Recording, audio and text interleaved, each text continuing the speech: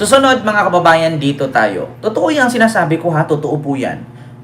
So dito po tayo mga kababayan sa sunod nating pag-uusapan. Itong kay Chavit. Nako mga kababayan, ito po yung isa sa rason. Ma'am Remy Kudo, maraming salamat sa yung super sticker. Thank you so much po. Ito po yung isa sa rason mga kababayan na kung bakit si Chavit ay sobrang galit.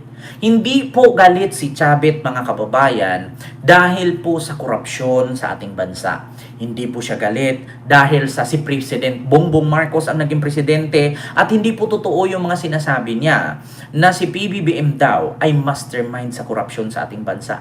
Wala pong katotohanan yun. Ano nga ba ang rason kung bakit siya nagagalit? 'Di ba? Kasi ang rason po mga kababayan kung bakit siya nagagalit, napipilayan kasi ang kanyang negosyo. Napipilayan ang kanyang negosyo. Bakit? Ang pinakamalaki kasing negosyo ni Chavit mga kababayan, isa dyan ay ang Metro Walk. Sa Metro Walk kasi mga kababayan, napakalaki po niyan. Maganda ang Metro Walk kasi nakatira ako niyan dati sa Marco Polo kami. Tapos harap namin Metro Walk, pagbaba mo Metro Walk na yun eh. Malapit sa Meralco, yung malaking ng Meralco. Diyan kasi sa Metro Walk, may mga bar yan. May sugalan, may bar, may kainan, may banda. Yung harap ng Metro Walk, yan parang U, no? Basta parang oval siya, pag ganyan. Yung buong niyan, mga bar yan. Magandang pasyalan dyan, mga mayayaman ang mga pumasyal dyan. Mga kababayan, yung BGC dati, walang-wala sa Metro Walk yan. Maniwala kayo sa akin mga kababayan.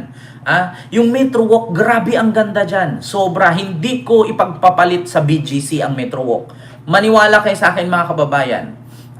Hindi ko maipagpapalit ang Metro Walk sa BGC. Ganyan po talaga kaganda ang Metro Walk. Yung BGC ngayon, ikot-ikot, Blowing Eagles dyan sa Ortigas. Grabe kaganda po talaga ang Metro Walk, sobra. Walang-wala yung Quezon City, di ba? Pinagiba ba? Yes, Ma'am Maria Fipalisok. Yan po sa rason na si Chavit ay galit. Kaya niyang umubos at pumundo ng pera para magkaroon ng one-time, big-time rally. Bakit? Para sakali siguro na matinag si PBBM, matakot sa kanya, hindi sirain. So ito po mga kababayan, ipakita ko sa inyo, ang totoo po na galit si Chavit dahil po dito. Ito po nakarating sa akin na napanood ko, ito po mga kababayan. Ayan po. Ayan, sinira na po. Ayan po yung mga dati, di ba, yung mga yan, mga stall yan, mga bar. Di ba mga bar yan dati, mga kababayan? Ito po siya, Ayan, sinira na po, dinimolish na. Mga kababayan, isa yan sa rason na kung bakit, mga kababayan ay galit na galit. Napakaganda kasi talaga dyan at ang laki ng kita dyan. Ang laki talaga ng kita dyan mga kababayan, yung Metro Walk na yan. Ang ganda. Ang ganda ng dyan, sa totoo lang mga kababayan, ang ganda po ng business dyan. Tiba-tiba talaga siya dyan. May sugalan, may bar, may kainan, may mga mamahaling restaurant. Ganun po yun mga kababayan. No? Kasi ako mismo dyan, ay nakatira ako sa harap dyan, Marco Polo kami dati. So, maganda po talaga mga kababayan. Yun nga lang, kaya po isinira po yan or dinimolish kasi gagawaan po yan ng subway, no? Na kung saan yan po yung sa build ni Digong. Di sana kung ano man yan, noon pa man, dapat hindi na pumayag si Chavit niyan. Dapat kinausap na niya si Digong. Kasi proyekto ni Digong yan, ipinagpatuloy lang. Yeah? Na which is blueprint ni Marcos Sr. yan. Sinunod ni Digong, ngayon ay sinalo ni PBBM. Na kung saan, putol na dapat yan. At ang Quezon City nga, hindi dapat na, di ba, yung sa Quezon City parang, di ba, pinutol yan. 'Di ba? Government ba yan? Hindi po, Ma'am Maria Fipalisok. Hindi po siya government, private property po ni Chavit yan. At sabi nga ni Peebles Talakera na paano daw nangyari na naging kay Chavit yan, questionable daw yan. Kasi sequester daw yan noon, na dapat ang nagmamay-ari dyan is mga Marcos. Na sequester yan nung panahon ni President Cory Aquino. So, nung naagaw ng PCGG, ng ni Cory sa presidential anong tawag doon, yung corruption group ba yon, no? Parang ganon. So na-sequester yan. Nagtataka ngayon ang tao kung bakit napunta kay Chavit. So ngayon mga kababayan, dito mo masabi na hindi weak si PBBM. Kung kaya nga nagwala si Sabit dahil nagiba ang impyerno ng kanyang itinayo sa Metro Walk, hindi pa napagbigyan ng posisyon ang pamangkin niya sa PCSO. Yun talaga mga kababayan, is malaki talaga ang kita dyan, sa totoo lang. Actually mga kababayan, walang-wala yung BGC. Dati kasi yung BGC kapag ang ano kasi, yung mapuno kasi yung mga bar dyan sa BGC at medyo pricey. Metro Walk talaga. Marami dyan, mga kababayan. Mga foreigner talaga. At saka yung bar pa ng Metro Polo, yung Marco Polo Hotel, nako, tiba-tiba, puro foreigner ang mga nandyan. At saka yung ano pa, yung likod ng Meralco is malaking village po yan. Mga bilyonaryo po yung mga nakatira dyan. Yung gardens, ano ba yung pangalan ng gardens na yan? No? So, dyan mga kababayan ay medyo malaki-laki po. Parang ano yata, White Plains yata yan. No? Yung gardens dyan. Kaya sa totoo lang mga kababayan, ngayon nila sabihing weak si PBBM. Di ba? Dami daw nakuha ng mga kronis noon. Sabi ni Ma'am Ay Malayko. Ayan, Corinthians ba yan? Ma'am Silpa Glory. So yun po mga kababayan, Corinthian Garden. Alam ko may bahay yata sila Big Soto diyan eh. Marami mga politician. So ngayon mga kababayan, yun ang kinagalit ni Chavit ngayon na kung saan ay giniba nga. Ito po Ito mga kababayan, nasaan ba yan? Ito dahilan bakit galit na galit si Chavit kay PBBM. Magagawa na ang Ortigas Station ng subway, pinipigilan lang ito ni Chavit dahil inangkin niya ang Metro Walk na hindi naman legally sa kanya. Kaya pala. Tapos, ayun. Kaya pala, ganun pala yun mga kababayan. No? Kaya pala natagal kasi nga, inangkin daw na hindi naman daw legally sa kanya. Ayan. Naku mga kababayan, sinira nga naman. Kasi kung i-research nyo talaga mga kababayan, maganda talaga ang Metro Walk. Ayan, Metro Walk Ortigas. Ayan, ito po mga kababayan. Maganda siya. Super. Oo. Ito po siya mga kababayan, ang Metro Walk Ortigas. Ayan. Malawak po yan. Tapos minsan, pagka weekend dyan, may banda dyan, nakaharang yung band dyan, yung stage. Tapos may kumakanta dyan. Eto, nakapaligid dyan. May mga sugalan, mga bingo, may mga kainan, mga Korean mga Korean na restaurant, tapos mga bar sa baba. Yung suki, kung pupuntahan dati na bar dyan, yung Flair. Na kung saan dyan, dito banda yung Flair, dito, Flair bar yan. Na kung saan dyan nagpiperform ang mga Mocha Girls. Kaya nga, alam nyo na, bakit si Boss Mike, dyan din si Boss Mike dati namamasyal sa Metro Walk sa Ortigas. Kasi nga, yan ang magandang pasyalan nung wala pang BGC. Dyan. Yan sila Banatbay, dyan dati laging tumatambay yan. Kasi nga, nagbibit-bit yan ng mga alaga niyang Mocha Girls. Kaya dyan sila nagpiperform. Alam nyo na. Kaya sabi ko sa inyo, yung kwento ni yung Kent Times, 'di ba? Kent Garcia Times, 'di ba? Kung may Manila Times, may New York Times, ako din may Kent Garcia Times. 'Di ba? Ganun 'yan. Diyan sumikat ang Mocha Girls. Diyan sila Banatbay nung wala pa masyado yung BGC at saka ano pa yung Makati, medyo ano pa yan libingan pa ng ewan ko yung hindi pa ata nabenta ni Ramos yung Makati, hindi pa na-develop yung Taguig. So, diyan sila. 'Di ba? Ma'am Sonia Magdayo, I'm watching from Quarry Bay, Hong Kong. Gustong-gusto ko talaga dito sa'yo manood. Maliwanag na intindihan ang mga pangyayari sa Pilipinas. 'Di ba Ma'am Sonia? Nakita mo na ba Ma'am Sonia yung isang OFW dyan sa Hong Kong na minaltrato ng anak ng kanyang amo na may something? Buti na-rescue siya, no? Diyos ko, mga kababayan. 'Di ba? Oo, susi ka na Sir Ken times. Ken times. 'Di ba? Watching from Vienna, Austria. Oy, Ma'am Mildred, kumusta si Harry Roque diyan? Pag nakita mo, ipasuplong mo na. Alright? Yes, Corinthian. Ken, kasi yung employer ko noon, kaibigan niya yung may-ari ng isang chocolate factory. Tapos ako naman, noon secretary sa Rent Bridal Car.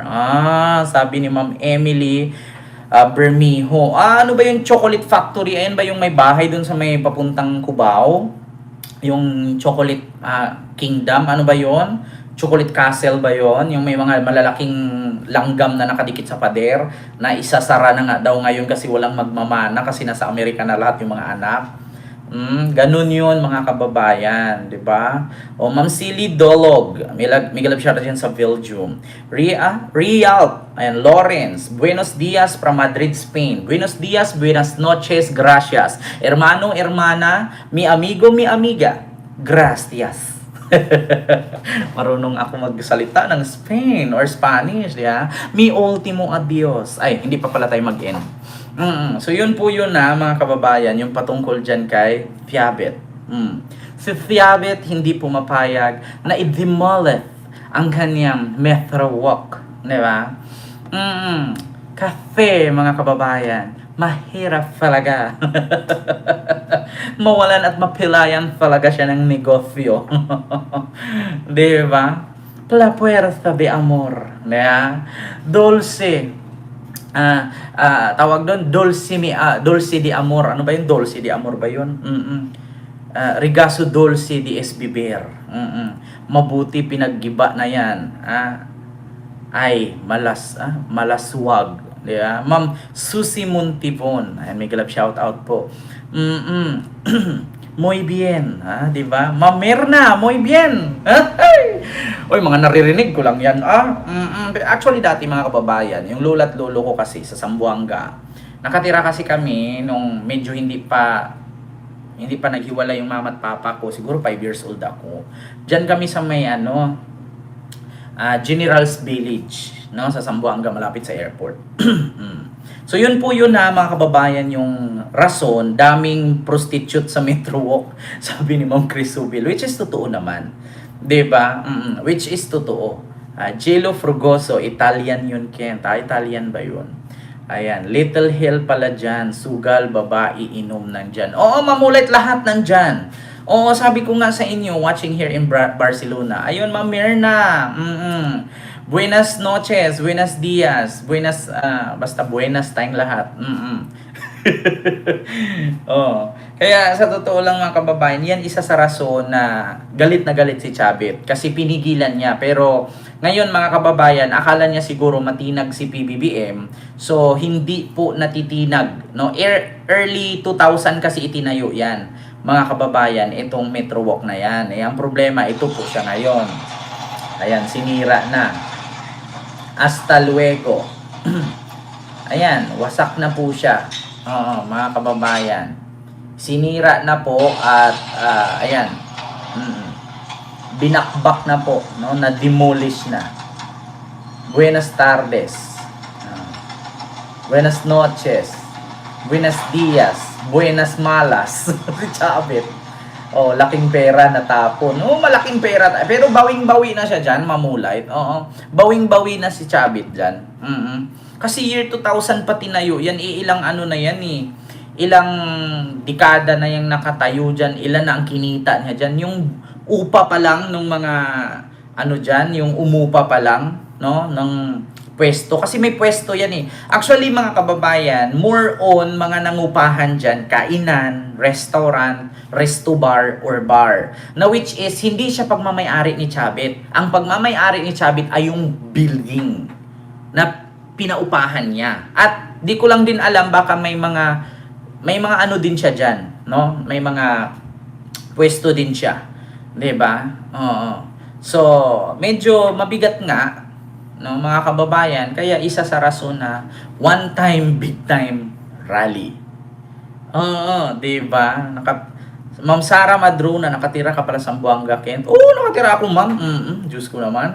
Oo, naikot ko yung buong Zamboanga City. Oy, napunta pa gani ko og kuan, kaning ni ang Pagadian, napunta ko og kaning ni ang napunta ko og tawag dito sa Buog, napunta ko og kaning Liloy, napunta ko og kaning ni ang Sindangan, di ba? Napunta ko og Shari, no? Napunta ko og kaning ni ang Zamboanga del Norte, Zamboanga del Sur, Zamboanga Sibugay, Zamboanga City. Naabot pa gani kog Lanao, ma'am. Ikot ra man gud na gud. Ikot ra man gud na Lanao, Zamboanga. BFF ni Manny Pacquiao si Chavit. Oo, di ba? Sabi ni Sir Kenry, traveler ka pala, Kent. Hindi, sir. Maliit lang kasi yung Zamboanga City. Street lang yan eh. Papunta kay Halusos, papunta kay Climaco. Actually, itong Mindanao, ito, bigyan ko kayo ng trivia ha. Itong Mindanao, may balwarti-balwarti yan. Katulad kay Chavit, di ba? Ang Ilocos Sur, kay Chavit, balwarti niya yan. Ilocos Norte sa mga Marcos. Sa Mindanao naman, pag sinabi mong Lanao, mga Dimapuro dyan. Dimapuro, Lanao. Kapag sinabi mong Davao City, mga Duterte yan. Pag Cagayan de Oro, ayan yung mga barbers yan. Tapos pagdating mo ng Siargao or Surigao, yan, mga ano yan, tawag dito, Pimintel. Mga Pimintel yan dyan. Tapos pagdating mo ng Davao del Norte, yan, mga ano yan dyan, tawag doon, Alvarez. No? Pagdating mo ng Usamis, yan, mga Paruhinog yan dyan. Mga Usamis. Sa Usamis banda. Tapos pagdating mo naman ng sa Misamis Occidental, ayan, mga ano yan dyan, tawag doon, nakalimutan ko eh. Basta nakalimutan ko na. Tapos pagdating mo ng Dapitan City, ayan mga Halushus yan. Pagdating mo ng Zamboanga City, ayan mga Climaco yan dyan. Balwa-balwarte kasi mga teritoryo yan. Kaya, pagdating mo ng Davao Oriental, ayan, Dayang Hirang. Yun mga kababayan. Mga balwa-balwarte yan. Kaya nga, di ba, magugulat kayo. Pagdating yun naman ng Iloilo, ayan, mga Ampatuan, di ba? Maguindanao yun. Mga Ampatuan, Maguindanao, mga Magundadato, yan. Tapos pagdating mo ng Pampanga, mga Arroyo, di ba? Pagdating mo ng Lipa, yan, mga Recto. Tapos pagdating mo ng Cavite, ito na, mga Rimulya, mga Rebilla, Barsaga, di ba? Talintadong Pinoy Tapos pagdating mo naman dito ng Makati, mga Binay. Pagdating mo ng San Juan, mga Estrada, mga Zamora. Tapos pagdating mo ng Taguig, mga ano yan, Cayetano, di ba? Pagdating mo na Antique, ayan, yung nanay ni Libeste, si Ligarda. Di ba? Pagdating mo Paranaque, yang si ano yan, pangalan niyang ano diyan, mga taga Paranaque, si Edwin ano ba 'yon? Basta nakalimutan ko. Tapos pagdating mo ng dito bandang Antipolo, Rizal, Binangunan, mga Inares, 'di ba? Mga Javier. Tapos pagdating mo ng Plaza, 'di ba? Agusan, Amante, mga ganyan yan, mga Abalos o Olivares, 'di ba? Ganyan yan mga kababayan, may mga balwa-balwarte yan. Kaya sabi ko sa inyo, mga pangalan na lang yan, namatay na lang yung mga lolo't lola ko, yung mga baluarte, sinunod na ng apo, ng pamangkin, ng anak, walang katapusan, mahirap pa rin yung lugar. Ay, Diyos ko, territory, political house, yes! Manila, kamay na bakal, yan, mga ano yan, dati ang Manila, mga ano yan dyan iba-iba kasi ang Maynila, may Lacson, di ba? Ngayon, si Dumagoso na, si Isko, dati mga Lacuna, di ba? Mahal kong Maynila, di ba? Si yung nagdadamit, Atienza, mga sa Isabela, mga Chinese yan dyan. Pagdating mo naman ng Tarlac, Nueva Ecija, Baguio, alam mo na. Yeah? So, ganun yun mga kababayan. So, yung sunod, eto. Ano yung sunod, Ken? Ito yung pangatlo. Dito tayo kay Bato de la Rosa. Makati, Yabot, ayan, Binay.